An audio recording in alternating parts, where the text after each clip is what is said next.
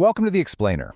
So today we're looking at something that, let's be honest, we all take completely for granted, right up until things go horribly wrong in our basements. We're going to dive into the fascinating, totally hidden world of local infrastructure. And we're doing it through a surprisingly specific lens, a localized service page for Keystone Plumbing Indianapolis, focusing squarely on the town of Speedway, Indiana. Now, I know that sounds incredibly niche, but stick with me here, because by looking at this micro-level community data, we're actually uncovering a massive story about engineering, physics, and modern economics.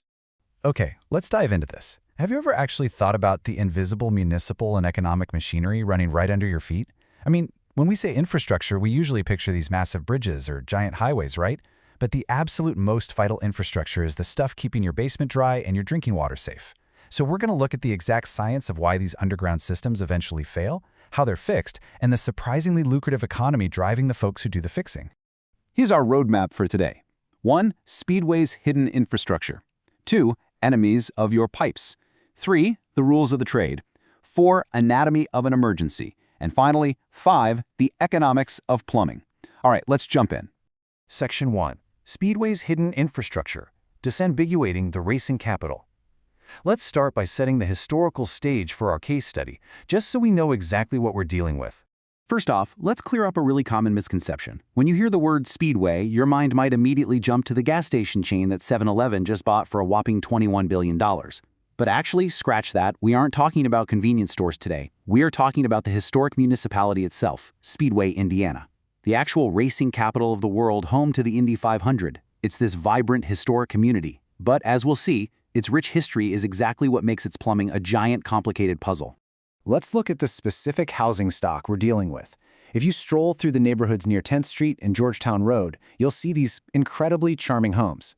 But beneath the surface, well, these properties were mostly built between the 1940s and the 1960s. That means they rely heavily on aging original infrastructure. We're talking original galvanized supply lines that are literally corroding from the inside out, cast iron drain stacks, and old clay sewer lines connecting out to the municipal system. It creates a completely unique, and frankly, highly volatile set of underground challenges. Moving on to Section 2, Enemies of your pipes, the physics of failure. So we know it's in the ground, but what are the specific scientific forces actively trying to destroy these systems? The life cycle of a pipe brilliantly illustrates the relentless, chronological degradation of plumbing. Starting way back in the 1940s, you've got those original clay sewers cracking as the soil settles over decades and tree roots aggressively hunting for moisture. Then factor in your appliances. A standard water heater? It really only has an 8 to 12-year lifespan before the internal tank literally rusts right through. But the most violent enemy here is seasonal. Indiana experiences these brutal winter freezes, followed by sudden spring thaws. Water inside an unheated pipe freezes, expands, and absolutely shatters copper and PVC alike. Then the spring thaw hits, the ice melts, and boom, that structural damage is suddenly revealed as a massive leak. But hey, it's not just the weather doing the damage, it's the water itself. Marion County relies on a municipal water supply that is notoriously hard. And hard water is packed with invisible minerals, mostly calcium. So as this water flows through those aging galvanized pipes, the minerals slowly deposit and build up scale on the inside. It's kind of like plaque in an artery. It just slowly chokes the plumbing, dropping your home's water pressure to a trickle, clogging up your faucet aerators, and dramatically accelerating the death of that water heater we just talked about. Now, I want you to keep this number in your head, 40 to 50 gallons. That's enough water to completely ruin your week. It's the exact devastating amount of water sitting inside a typical failed 8 to 12-year-old water heater. When that tank inevitably rusts through, thanks to that hard water sediment and just plain old age, it doesn't just drip, it suddenly dumps all 40 to 50 gallons directly into your basement, completely destroying drywall and flooring in an instant. These are the very real, very tangible stakes here. Section 3, the rules of the trade, the science behind the flow. So how do we fight back against water pressure, mineral buildup, and gravity? Well, let's look at the fascinating physics professional plumbers use every single day. Now, what's really interesting is the sheer precision required to simply flush a toilet. It's called the 1-3-5 rule. Plumbing codes dictate that horizontal drain lines have to maintain an exact slope of 1/8 to 1/4 inch per foot. That translates to roughly a 1 to 2 degree angle. Why so perfectly precise? Well, if the pipe is too flat, wastewater moves too slowly. The solids settle out and you've got a massive clog. But if it's too steep, the water actually outruns the solids, leaving them behind. And trust me, nobody wants to deal with the aftermath of that. Gravity just has to perfectly balance the flow. And to enforce physics rules like the 135 rule, everything has to operate under strict adherence to the Indiana Plumbing Code. In Speedway and the rest of Marion County, major work like repiping, sewer line replacements, or even putting in a new water heater legally requires permits and inspections. And you know, this isn't just bureaucratic red tape. It ensures your home has adequate venting to stop toxic sewer gases from siphoning right into your living room. Plus, it preserves your overall property value when it finally comes time to sell. Section 4. Anatomy of an emergency. The 24-hour response cycle. Codes and permits are awesome for planned projects, but what exactly happens when these aging systems catastrophically fail at, say, 2 a.m. in the dead of January? Emergency plumbing is, for all intents and purposes, organized chaos. Because a burst pipe at 2 a.m. causes the exact same amount of destruction as one at 2 p.m., these response cycles have to run 24/7. First up is dispatch triage. You can't respond to a drippy faucet when another house literally has raw sewage backing up from a cracked clay pipe.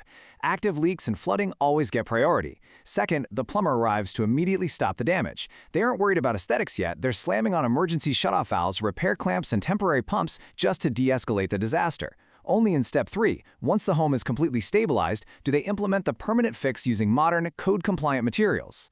Section 5. The economics of plumbing. Costs, value, and earning potential. Okay, we've covered the structural issues, the science, and the logistics. Now, let's pivot over to a surprisingly lucrative financial reality. So the crucial point here is the incredible contrast between what homeowners pay out of pocket and the massive earning potential for the workers themselves. Just think about these estimates.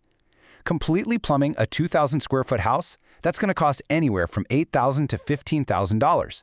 But consider those salaries.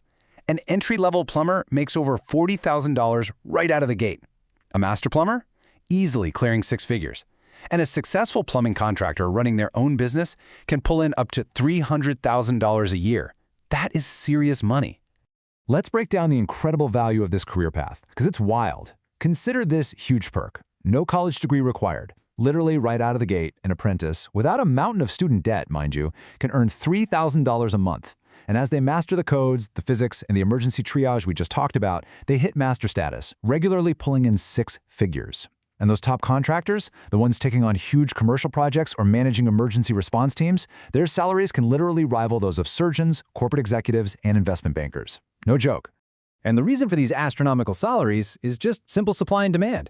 As you've probably guessed, the skilled labor shortage increases demand, allowing experienced plumbers to command premium rates. There's this massive macroeconomic trend right now where fewer and fewer people are actually entering the trades.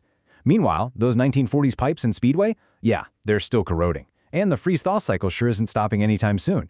This gives absolutely immense leverage, bulletproof job security, and premium earning power to the folks willing to master this hidden infrastructure. Which leaves us with this final, kind of provocative thought.